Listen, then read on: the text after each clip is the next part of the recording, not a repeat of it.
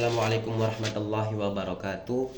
Perkenalkan, nama saya Hilmi Malik Aziz, biasa dipanggil Hilmi. Saya berkuliah di Universitas Wiralodra, Kabupaten Indramayu. Nomor pokok mahasiswa saya 6520101230116. Fakultas Ilmu Sosial dan Ilmu Politik, Prodi Ilmu Pemerintahan. Baik, jadi pada kali ini saya akan menjelaskan tentang ideologi komunis dan ideologi sosialis.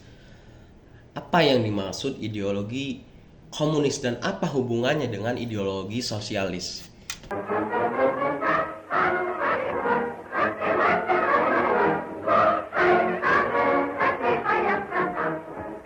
Throughout the 20s and 30s, Stalin consolidated his control.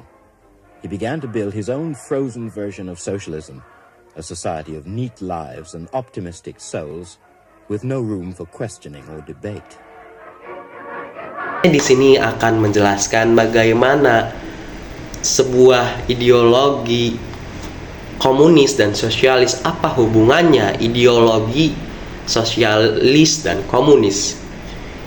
Baik, jadi pada kali ini saya akan membahas kedua ideologi tersebut.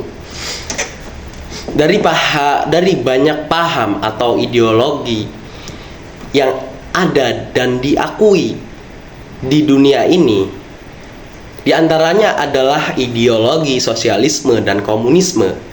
Ideologi itu sendiri adalah kumpulan ide atau gagasan. Ideologi dianggap sebagai cara memandang sesuatu, sebagai akal sehat atau sebagai serangkaian ide yang dikemukakan oleh kelas masyarakat yang lebih banyak kepada seluruh anggota masyarakat. Lahirnya ideologi harus melalui proses berpikir yang menghasilkan aturan-aturan dalam kehidupan, termasuk proses lahirnya komunisme dan sosialisme. Lantas, apakah sosialisme dan komunisme itu saling berkaitan erat? Memang iya. Ideologi sosialisme dan komunisme itu saling berkaitan erat. Keduanya merupakan ideologi berdasarkan kepemilikan sarana produksi atau properti. Keduanya juga menganjurkan bahwa lembaga yang ada dalam sebuah negara harus terpusat. Akan tetapi keduanya juga memiliki perbedaan. Poin utama yang membedakan komunisme dan sosialisme adalah dalam menjalankan prakteknya. Contohnya, alat produksi dikelola oleh negara dan dijalankan secara demokratis sehingga tetap ada rasa kepemilikan bersama, atau bisa dibilang rasa kepemilikan bersama rakyat. Sedangkan dalam komunisme, alat produksi dan segala aturannya dipegang oleh negara.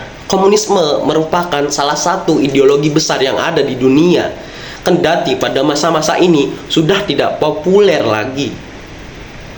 Lantas apa pengertian komunisme? Dan siapa tokoh pencetus komunisme tersebut?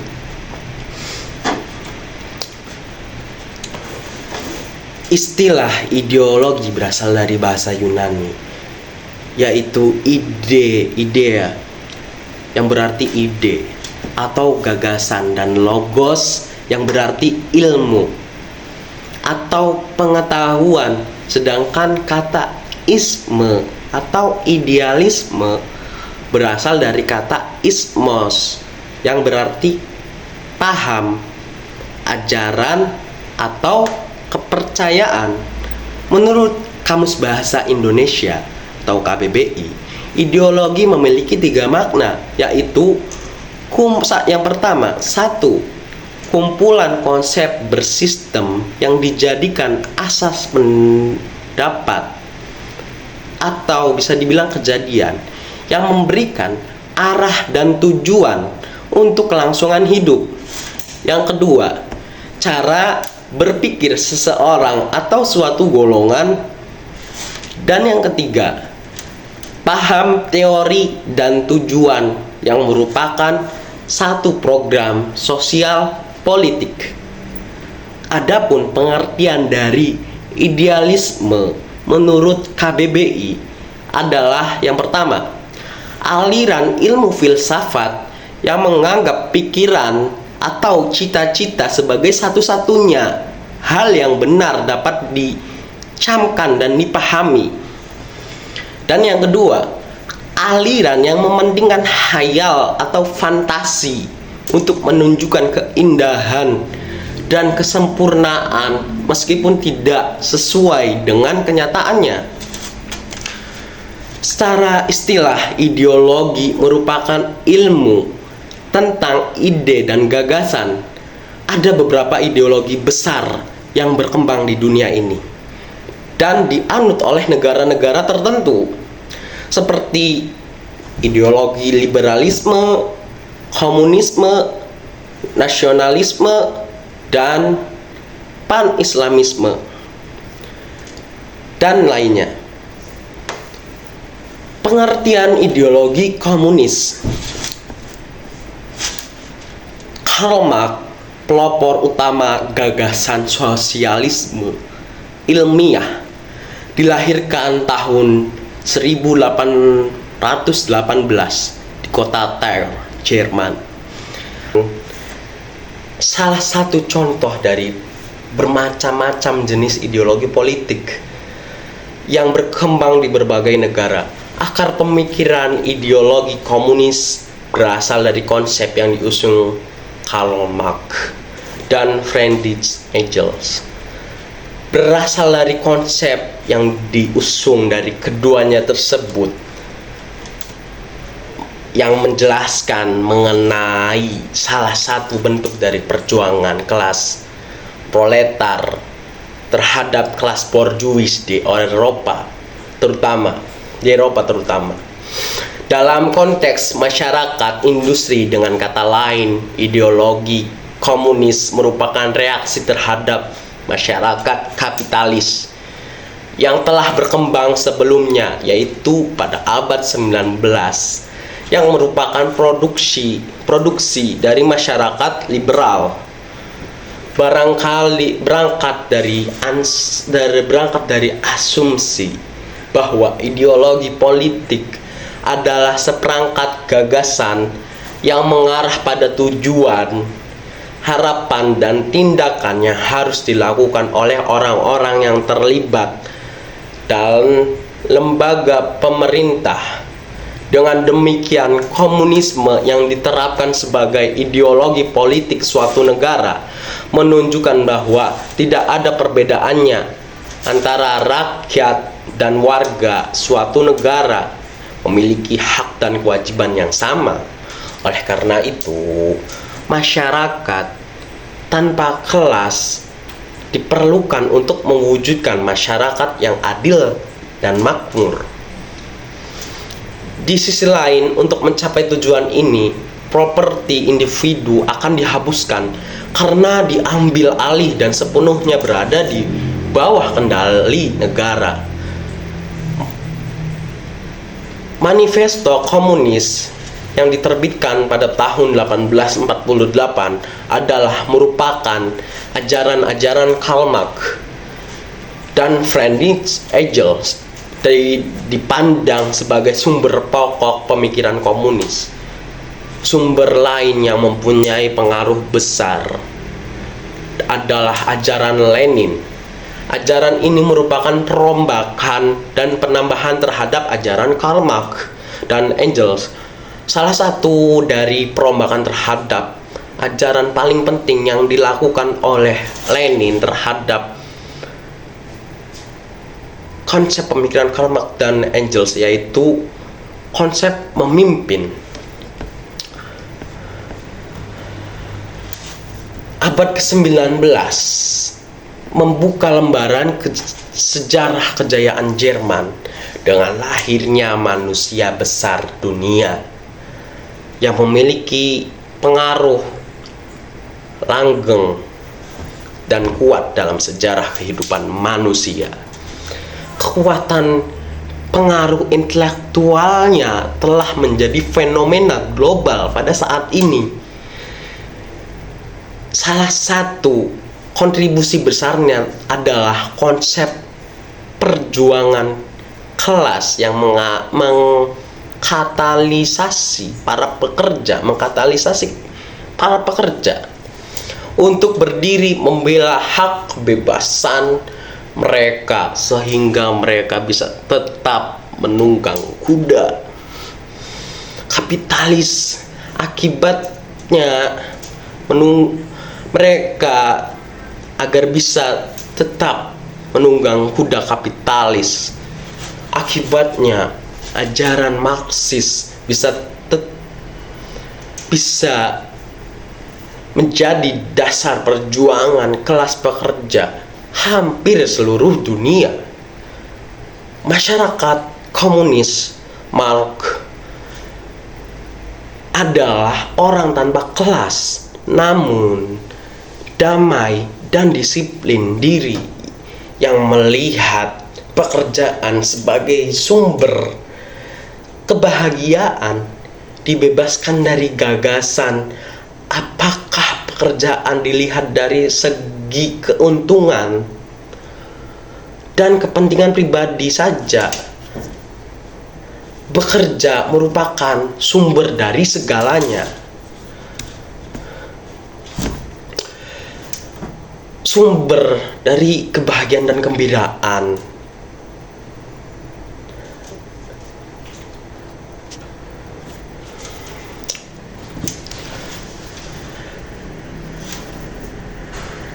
Orang bekerja bukan untuk memenuhi nafkah, melainkan panggilan hati. Oleh sebab itu, selayaknya tiap orang menjalani peran sesuai dengan kesanggupannya. Karena saat itu tingkat produksi tidak lagi berupa upah, melainkan berdasar pada keperluan tiap-tiap individu. Kemajuan teknologi telah memungkinkan segala kemudahan, maka baginya tidak ada lagi perbedaan kerja otak dan kerja otot. Sebab pembagian bukan lagi berdasarkan jenis, melainkan berdasarkan keperluan individu. Masing-masing individu. Setelah terjadi revolusi politik kaum borjuis melawan kaum proletar, setelah terjadi revolusi politik kaum borjuis Prancis dan revolusi industri di Inggris menghantarkan kaum borjuis berkuasa dalam bidang politik dan ekonomi. Perkembangan ekonomi kapitalis sangatlah cepat, seiring pula perkembangan industri. Namun akibatnya ialah jurang semakin lebar antara kaum kapitalis yang kaya raya dengan rakyat jelata yang sangat miskin. Dalam keadaan sosial yang demikian itu, Marx bangkit dengan pemikirannya yang penuh kritik terhadap keadaan sosial yang semakin kacau. Karl Marx dengan tegas menyatakan bahwa kesadaran sosial itu dilahirkan dari keadaan sosial.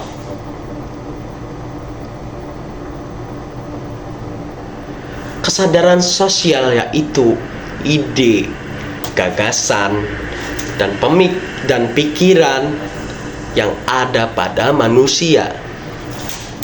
Itu adalah merupakan realisasi dan interaksi antara manusia dalam kegiatannya. Memproduksi berambang-ambang material atau dalam keadaan sosialnya, dalam kehidupan realnya, menurutnya untuk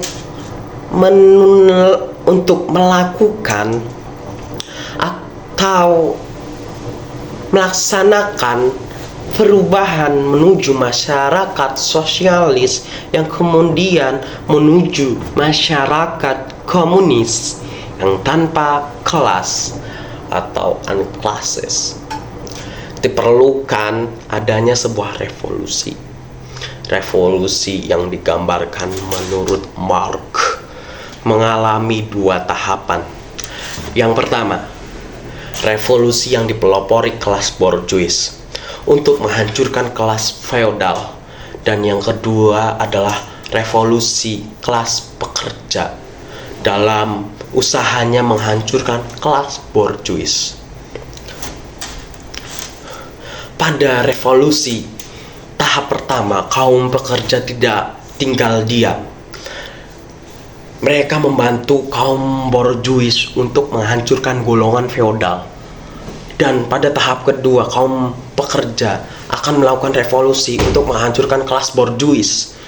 Pada tahap transisi dari masyarakat kapitalis menuju tahap komunis, kekuasaan dilaksanakan oleh kelas pekerja dengan menggunakan sistem kekuasaan yang disebut proletar. diktator ini diperlukan untuk menghancurkan sisa-sisa borjuis agar kelas pekerja memegang kendali sistem pemerintahan untuk keseluruhan masyarakat.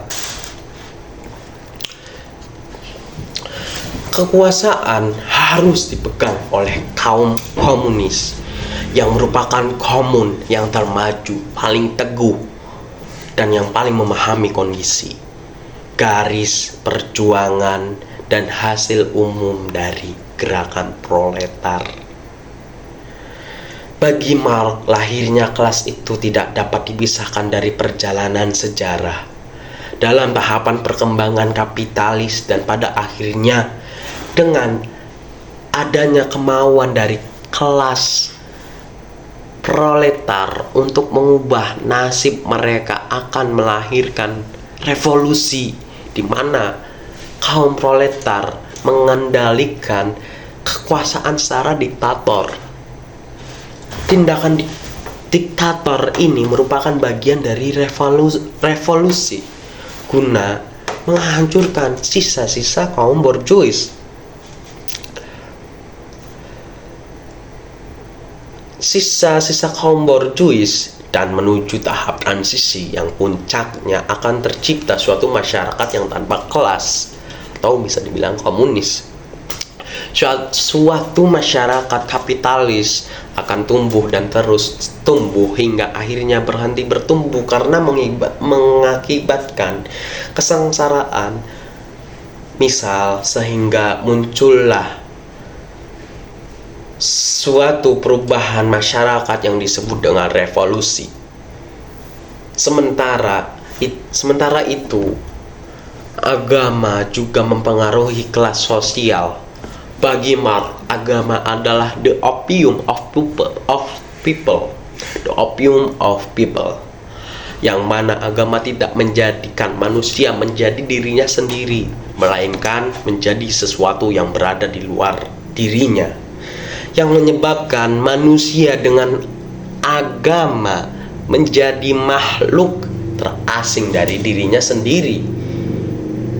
Agama adalah sumber keterasingan manusia. Agama harus dilenyapkan karena agama merupakan alat kaum borjuis kapitalis untuk mengeksploitasi kelas pekerja. Agama pada masanya dijadikan sebagai alat untuk mempertahankan kekuasaan kaum borjuis. Ia digunakan agar rakyat tidak melakukan perlawanan dan pemberontakan. Rakyat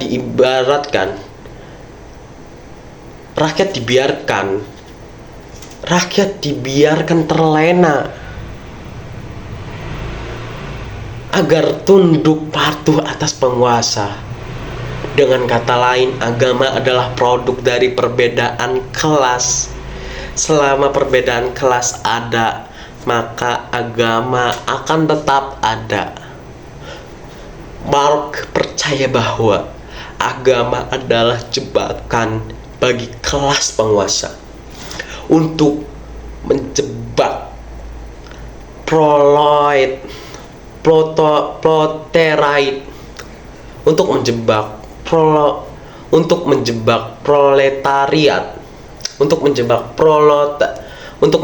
proletariat.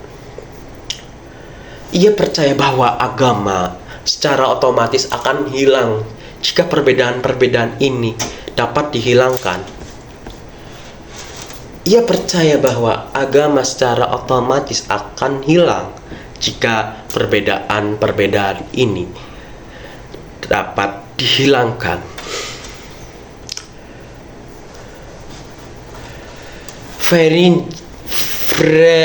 Friedrich Engels dikenal sebagai juru tulis Karl Marx. Banyak yang beranggapan jika tugasnya hanya mengumpulkan, mengetik ulang, dan menawarkan karangan Marx kepada penerbit. Sumbangsi lainnya tidak lebih dari penyongsong dana bulanan supaya keluarga Marx tetap bisa hidup. Sementara Marx melanjutkan kerja intelektualnya, namun sejatinya jika tanpa Engels pemikirannya akan cacat untuk dipahami. Bahkan Vladimir Lenin beranggapan bahwa mustahil memahami Marxisme atau menghadirkan gambaran komplit atasnya tanpa akrab dengan semua tulisan Engels. Seberapa mustahilnya pemikiran Lenin itu hanya bisa diketahui apabila kita mengakrabi tulisan-tulisan Engels itu sendiri. Sementara itu bagi Engels, istilah komunis tidak terlalu mengandung suatu pemikiran yang utopis, sebagaimana Marx akan mengendalikan bahwa komunisme sebagai satu-satunya cara pemecahan masalah alienasi manusia yang diciptakan oleh kapitalisme. Komunisme bagi Marx merupakan penghapusan yang pasti atas hak milik pribadi dan alienisasi siri manusia, bahwa mereka merupakan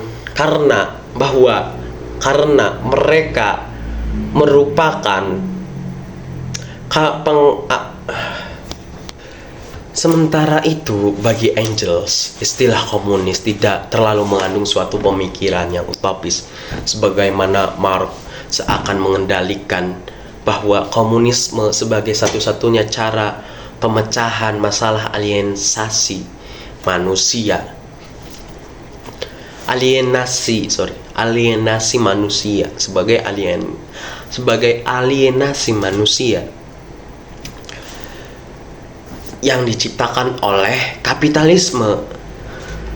Komunisme bagi Marx merupakan penghapusan yang pasti atas hak milik pribadi dan alienasi manusia siri manusia, karena merupakan pemberian yang nyata atas hakikat kemanusiaan oleh dan untuk manusia. Komunisme sebagai naturalisme yang telah berkembang secara sempurna merupakan sebuah humanisme, dan sebagai humanisme yang sempurna merupakan sebuah naturalisme. Engels lebih menghubungkan setelah istilah tersebut dengan perjuangan kelas pekerja serta konsepsi materialis dari sejarah. Engels mengemukakan bahwa bila tiba suatu waktu ketika kelas sosial lenyap, maka kekuasaan politik pun akan lenyap.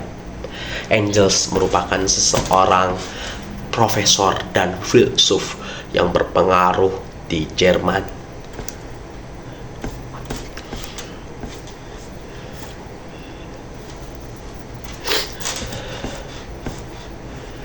Jadi kesimpulan pada akhirnya, paham Marx mengenai komunis dan segala macam bentuk masyarakat tanpa kelas, tanpa pembagian kerja, dan juga tanpa paksaan adalah suatu pemikiran yang absurd.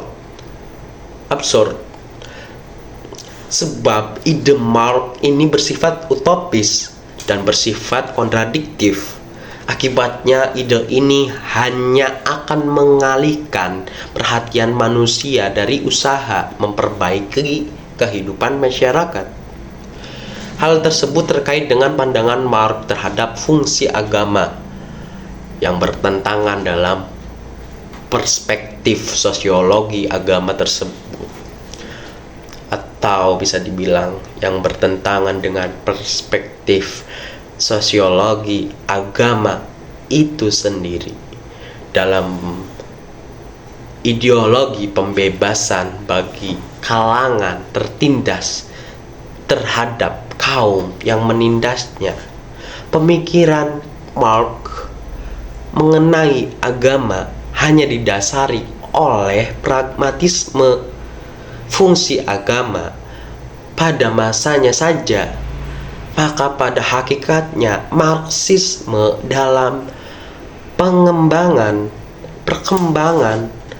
penafsiran secara analisis merupakan suatu istilah yang merangkum sekelompok doktrin menyangkut pendiriannya, yang mana tidak mungkin bisa menyatukan sesama doktrin, yang tidak mungkin bisa menyatukan semua doktrin tersebut, karena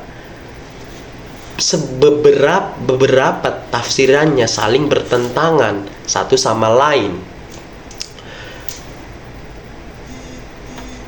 Sementara teori klasik yang dikemukakan oleh Marx dan Engels mengenai teori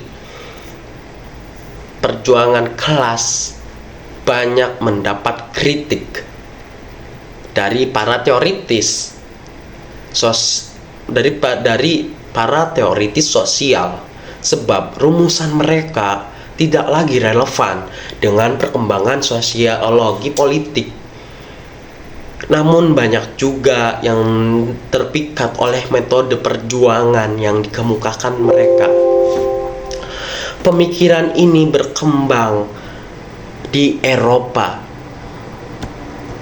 dan menjadi inspirasi yang demikian revolusioner di kalangan perjuangan politik yang menuntut perubahan dan pembebasan, sebagaimana tokoh revolusioner Antonio Gramsci dan Vladimir Lenin, Stalin, dan lain-lain.